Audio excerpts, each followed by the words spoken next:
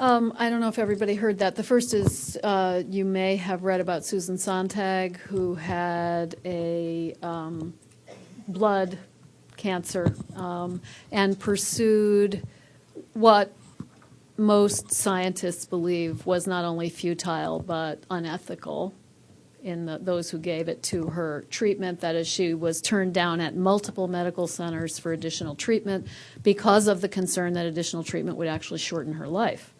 And she did find somebody in New York who would give her more chemo.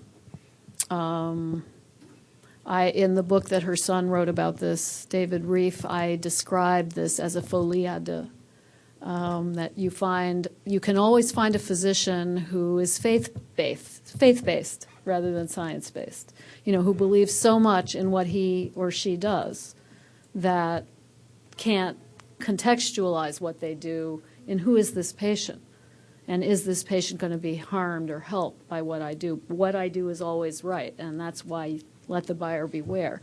And I firmly believe, as do many colleagues at that hospital, that the treatment she gave significantly shortened her life and was also quite miserable for her. Is it what she insisted on? Yes. Do I think that another approach trying to help, basically saying no, setting a limit, I'm not going to do something that will harm you, is what should have happened without abandonment. And I think it was either abandonment or current aggressive treatment. Now, could I have done better with her? I would have liked to try. I don't know. She's obviously a unique person and not the typical, that is not the typical American patient, I have to say. But there are subset like that. And I think your second question was about the personhood of people with advanced dementia. And people with advanced dementia are still people. And there is strong human connection. What one of our advanced dementia patients, who was very similar to Mrs. G, was in the hospital for, I think, 3 or 4 months with a similar story, was moaning 24/7. Finally, the nurses insisted on a palliative care consult, even though the primary attending had been resisting it because they were so upset about how much the patient was suffering. And we sat down with the son and asked what he hoped we could accomplish with what we were doing. And he said, I just want her to be comfortable. Can't you do something about the pain? And I was like scratching my head, That's what the proxy wants. What's the problem here? And apparently he had been told by the physician that opioid analgesics could not ever be given to someone with dementia. So it was really interesting because that just is lack of education on the part of that physician, who himself was in his 70s and had not been trained in the science of pain management and really was afraid. As soon as she got very low doses of opioids, not only was she dramatically more comfortable, but her mental status improved. She recognized her son to the point of being able to smile at him and hold his hand, which she had not done in months, and actually went back to her nursing home and lived. I don't know how much longer she lived. She didn't come back to the hospital, but I did hear from her son that she was okay because she got basically decent pain management.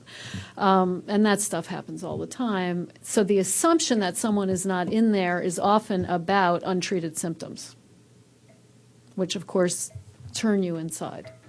We have a question here, and then we'll come back. Shimon. I'll have a chance to ask Rabbi Wolpe later because he's partly in for a hospital for the week. But I'm wondering how you deal with God's role in things both from the side of people who will continue to pursue aggressive treatment because they believe that when God's ready, they'll go. Mm-hmm. And those of us who look at older adults will often sometimes hear the question of how come God forgot me and still healed. So how do you work with those?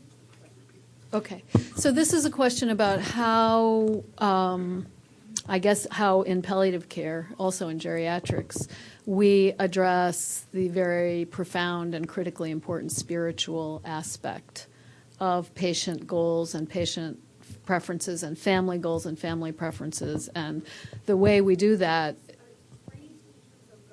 phrased in terms of God. Right.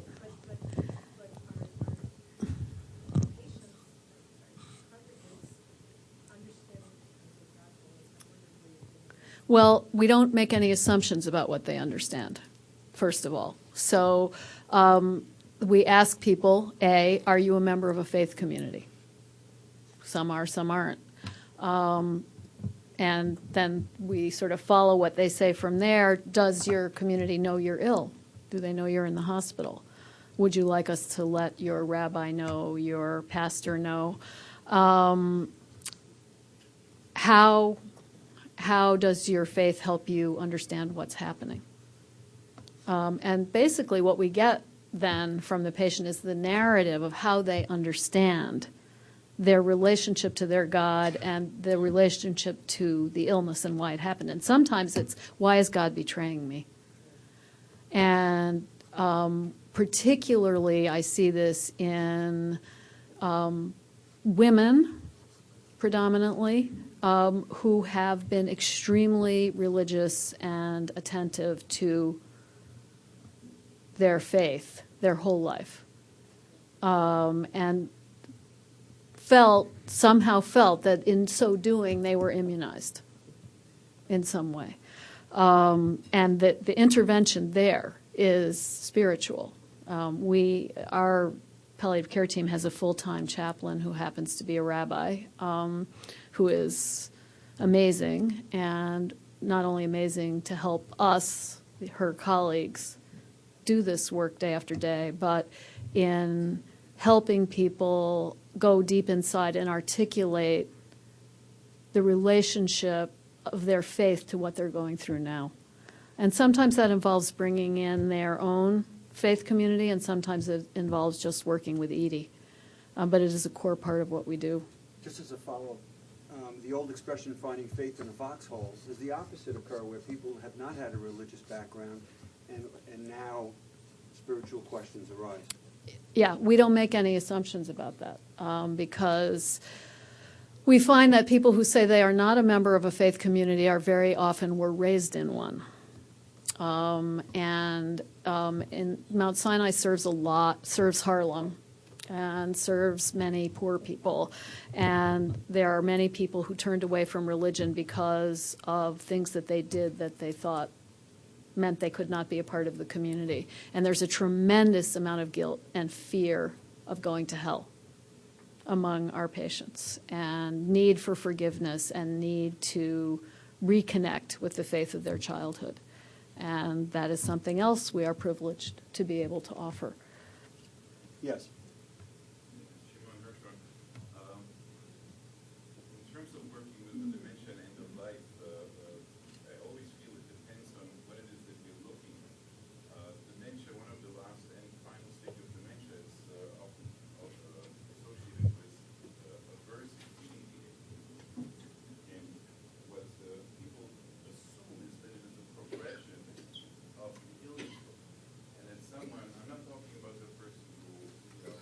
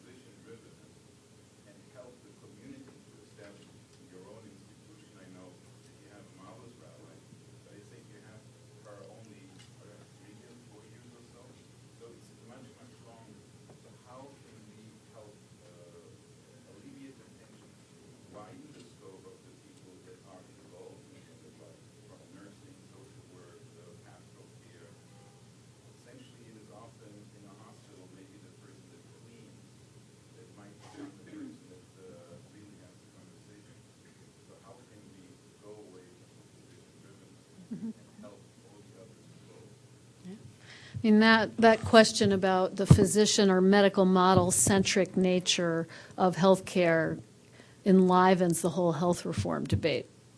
I mean, if you've been following that, there's an enormous amount of attention to the fact that physicians as often serve as the barrier to the right kind of care as they do the conduit. Palliative care, geriatrics are examples, in my view, of radical, forward-seeing disciplines within medicine where the doctor is just part of the team and is not necessarily the leader, but is part of the team, brings a set of skills. The nurses bring a different set of skills. The social workers a different, the chaplain yet a different, physical therapy, psychology, because these very complicated patients need all of us. No single discipline can address all the needs of people with serious and complex illness. So my view is we'll get there when the next generation of physicians, nurses, social workers, chaplains are trained in a team-based model and not in a top-down hierarchical model. And that is a very slow process of change. Talk about resistance to culture change. Doctors and hospitals are the worst. Yet, in the last 10 years, palliative care is now at almost every hospital in the United States. 10 years ago, I would have said, oh, don't be ridiculous. And so some good ideas catch fire. So I'm hopeful. A couple more questions. Biggest? Yeah, I want to pick up on what you just said and pose the question, how do you move, my impression is maybe a misimpression, is that the advanced palliative care is still embedded institutionally. It is essentially for patients in the hospital. You described very poignantly, George, the experience of essentially of a community-based palliative care experience in which you and the oncologist team, patient was at home most of the time. Yeah, she was not hospitalized. So how do we move this team of pastoral care provider, social worker, etc., physician, nurse, into the community so that the majority of people who are ill with life-threatening illnesses can benefit? Right, so the question is about this huge gap that is codified by Medicare between people living with chronic serious illness, sometimes for years, who are therefore not eligible for hospice, which is the team that you describe and is delivered 95% of it at home. Hospice should be available to you no matter what your prognosis is. That's the solution. The original sin of Medicare is that it is not about what patients need. It's about Medicare Part A, which pays for hospital, Medicare Part B, which pays for doctor care, and long-term care. Chronic care is not covered by Medicare with the exception of the hospice benefit. So that issue of care coordination, long-term care in the community is not covered by Medicare right now. That is why everyone ends up in the hospital, in the ICU, because they can't get care in the community unless they get to hospice. That's the gap that needs to be filled. And you've put your finger exactly on the gap that Medicare needs to fill, that at a minimum there are pilots and demos in the new healthcare reform law looking at ways of delivering that team-based care to the chronically ill in the community so they don't end up in the hospital by default because it's the only place that gets reimbursed, which is the current situation. And just a follow-up, and if those demos demonstrate that that community team model is more cost-effective than institutional, would that be the public policy driving force? Yeah. Is that what we need to put on? Yes. Yes and yes. I mean, what's radical about the new healthcare reform law is that instead of enabling demonstration projects, which is what Medicare's done for years, most of which have never been translated into law or spread across the country, this one allows pilots. And the difference in Medicare language between a pilot and a demo is that if the pilot works, Medicare can roll it out to the whole country without going back to the Congress for approval. The problem with having to go back to the Congress for approval is it's all about who pays the best lobbyist. if you don't have to go back to Congress for approval, but if something improves quality, controls cost, is better care, now Medicare can roll it out to the whole country. That was a huge, although you don't see it written about in the paper anywhere, huge difference. And so the hope is in 3 to 5 years we'll have the answers through these pilots, and then we'll have the political will to overcome the resistance of many special interests who make a very good living with things the way they are now, including hospitals, frankly. I mean, hospitals lose money when people stay in the community because of the way hospitals are reimbursed. They're reimbursed on a per-admission basis. Patients, a large number of patients don't end up in the hospital. That's fewer admissions to the hospital. And hospitals are quite appropriately worried about surviving and being able to continue to serve their community. So there's no bad guys here.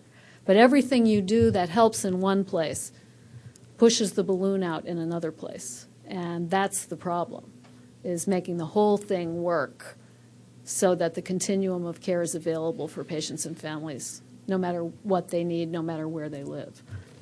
Okay, yes.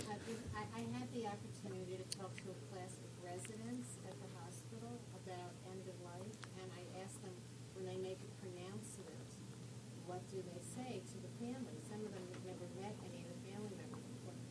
I have to say, they were very dead planned, they were very young, they were very, life had not happened the best to a lot of them. I tried to bring that up. But, so their answer was, we'd say, I'm sorry for your loss.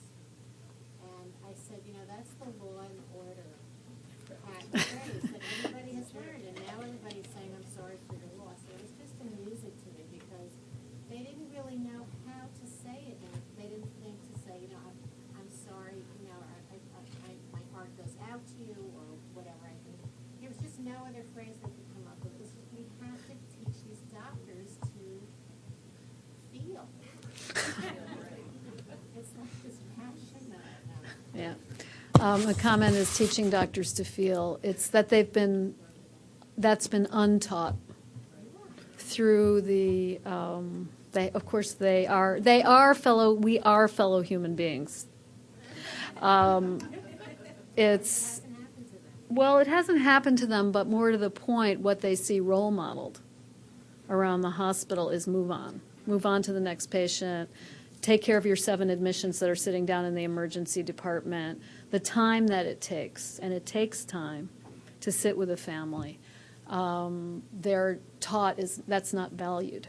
What's valued is getting all your admissions done and prepared. Yeah, it has to be changed. And one of the things I'm proud to say about Mount Sinai is that we are one of the very few medical schools in the country that requires all medical students to spend time on the palliative care service, which is shocking, but true, that we're one of the only ones. And they routinely say it was by far the most powerful experience of their entire medical school, that they saw people stop, sit down, pull up a chair, listen, spend 90 minutes with the family. They don't see that in any other rotation. So to see that there's a specialty, palliative medicine, that's what we do, it reminds them of why they went to medical school and gives them a choice. So as chair of the Social Services Committee of Plaza, and on behalf of all of us, thank you both, as well as Rabbi Wolpe. And now, for our closing speaker, I want to introduce Rabbi Andy Bachman. As per a comment that Rabbi Wolpe made before, you should know that among other things that are listed here, he has a personal blog entitled Water Over Rocks. So, Andy Bachman, where's our rabbi? There we go.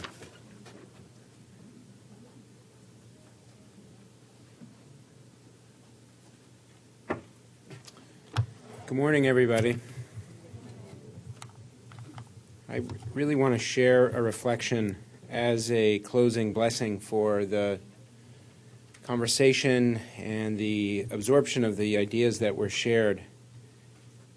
The inspiration from Rabbi Wolpe and the groundbreaking and inspiring work from Dr. Meier, who we just heard from,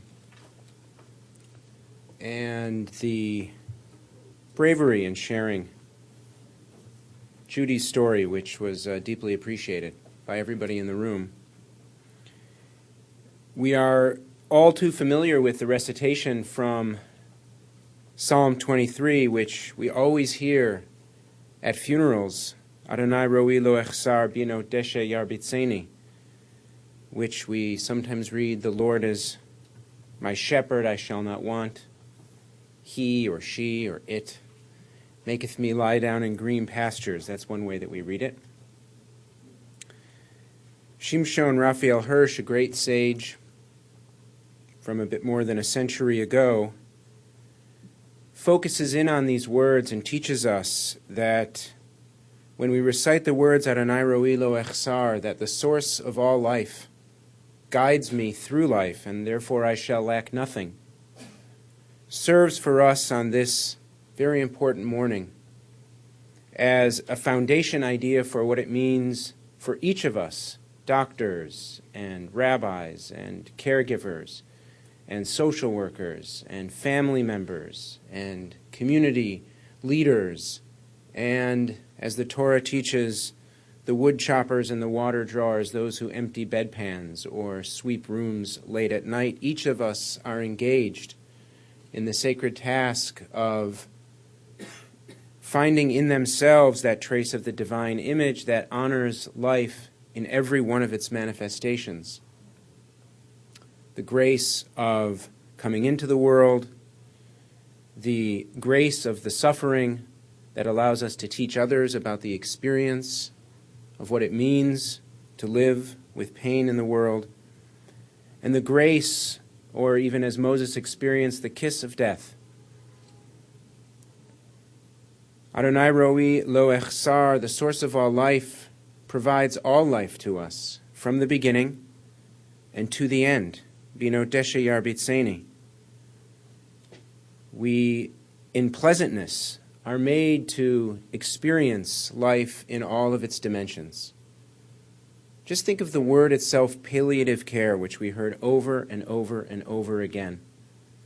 Despite whatever set of circumstances one encounters in life, the notion of palliative care is one in which we are meant to find the pleasantness in any situation as it arrives. We are commanded to provide that sense of comfort, of chesed, of loving kindness, to those who we are called upon to help. If this happens, the psalmist continues, Nafshi shovev, over and over and over and over again. Hirsch points out in the PL form, Yeshovev, the repetition again and again and again, God will restore our souls. Our souls do not only live when we come into the world and then go into eternity when we die, but over and over and over again we are called upon to live in the world. And over and over and over again we are called upon to give the source of life to all of those we encounter, especially as they so bravely face death. The promise that King David gives us at the end, V'shavti b'veit Adonai la'orech yamim. We shall dwell in the house of the Eternal forever and ever. But consider the words again. Again, Rabbi Hirsch points out, not V'shavti el beit Adonai, not a return to God's house, as if we send someone off and there they go find their way, but Shavti b'veit Adonai, in the house of the Eternal. The promise of indwelling, the true promise of going home and living at home in the house of eternal life. This return is a return all of us will experience at some point in our lives, and it is a return to eternity that the psalmist promises. So today we were inspired so beautifully with stories and words of inspiration to remind us that our sacred task in this life is to be present. Adonai roi lo echsar. We should lack nothing in our sense of presentness in the world.